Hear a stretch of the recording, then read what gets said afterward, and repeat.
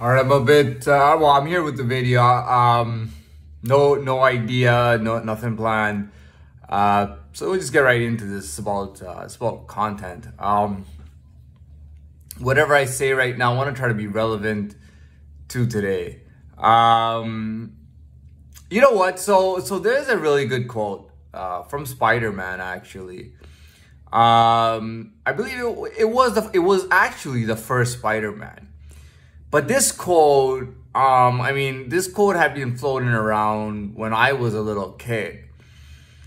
We knew this quote from the Spider-Man cartoon, but when they made that first movie, I think in, what was it, like early 2000s, when they made that Spider-Man movie, this quote really came to life because that was a live action movie and it was extremely popular.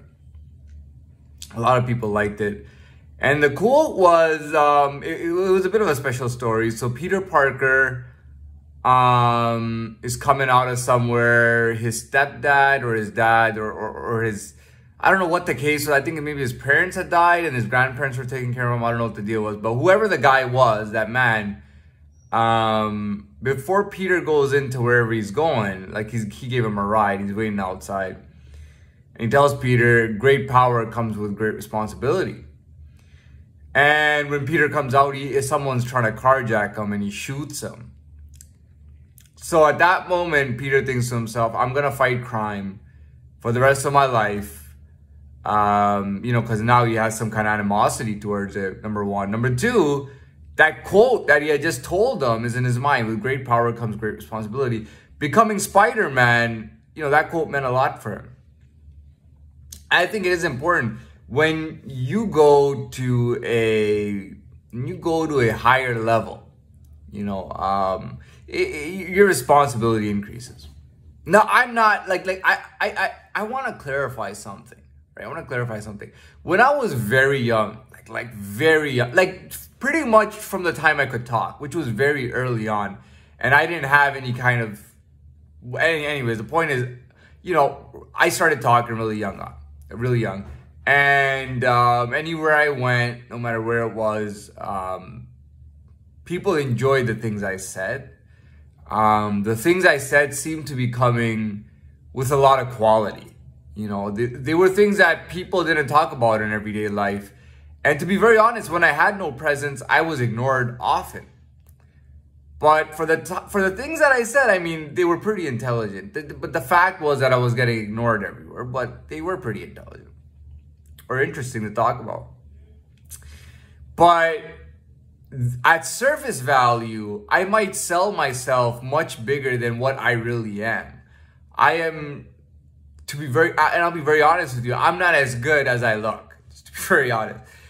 Sometimes I look like I'm very good at things, and that's because I have a basic confidence, and I am a little bit good looking, and I have some game when I talk and I spit. But the thing is that I'm not, I might give the impression off that I'm like the shit or whatever. That's not actually true. My world is so small. I live in a small world. But I'll be honest, at this point, and I've talked about everything that's changed. At this point, for my small world, it's like a piece of cake for me. To be very honest, the world I have to deal with right now, and realistically, it is very small. It's as small as the amount of views I have. It's enough to be legitimate, and it's enough to know that this guy is known. He's got some subscribers, he's got over 15,000 views, or whatever the case is. And he has a new channel, by the way. So, it gives me legitimacy, makes me part of the world, makes me a real person. But at the same time, the truth is that I'm not doing numbers where I'm that big. Now, am I saying that I'm gonna stay there? No, absolutely not. I know my world will grow because I'm relatively fresh in absolutely everything that I do. I'm pretty fresh in everything, even though I would say, that I am operating at a very high level. But it's just that I kind of grew rapidly, like in every way, like in every way that I am. I grew very rapidly, and my world couldn't really grow at the same speed. So I ended up growing more than my world, and my world is still small. I still have a small world that I live in, a small habitat.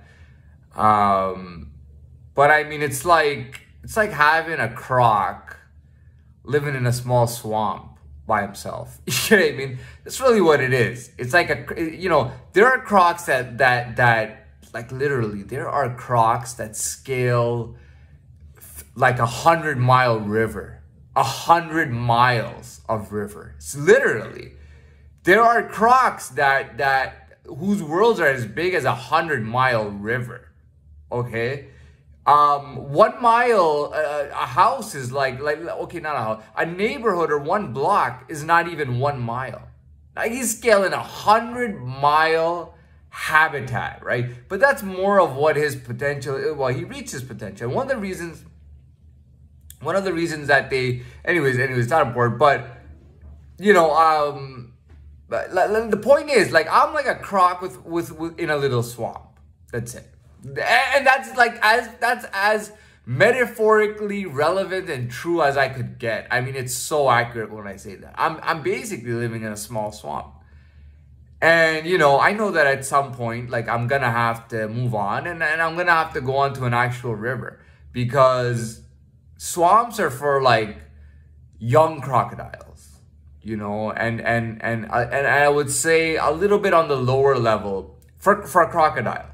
A little bit on a lower level for a crocodile and still young. Maybe he's grown or whatnot, but he's still young. And he only knows this swamp. You know what I mean? That crocodile only knows that swamp. And he may have become superb in it. And the fact is, because he's a crocodile that's a small swamp, obviously he's gonna become superb in it. But what is he really even gonna do? What is he gonna catch in that swamp? If he's lucky, a hyena might come by that swamp and he can eat him. All right, a small zebra might come by to drink a little water, he might eat him. A warthog or any kind of wild hog might come through and he might eat him. You know what I mean? That's it. And imagine the kind of fish he's eating in the swamp. You really think those are quality fish? Do you think the best herring and sea bass and salmon and all that, you think all the best fish in the world live in a swamp? Do you really think that? It's the cheapest fish with the least meat and full of bones.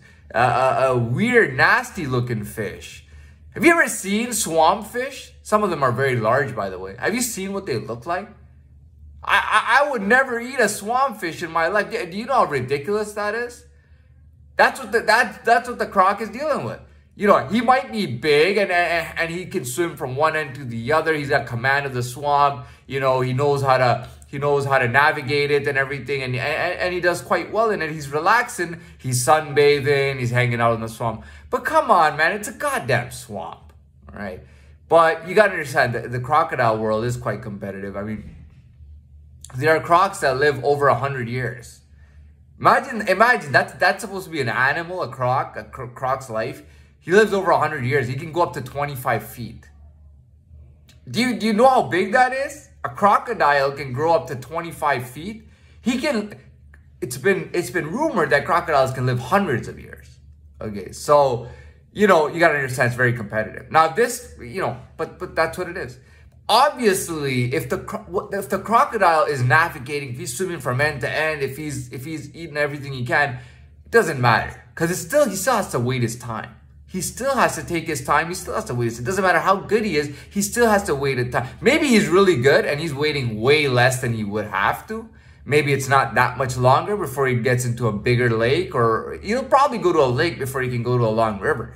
Probably go to a bit, a smaller lake, but the lake is nicer. It's fresh water. You got better things to eat, better things to hunt, and the quality of the water is even better, right? So, anyway, that's my analysis, and it's. I mean, if I was to talk about like real life and all, like it would not even be as close to accurate as that. That is the best I can give you, and that is very good. I am done here. I'm glad I put up some content and put up a video, and that's it.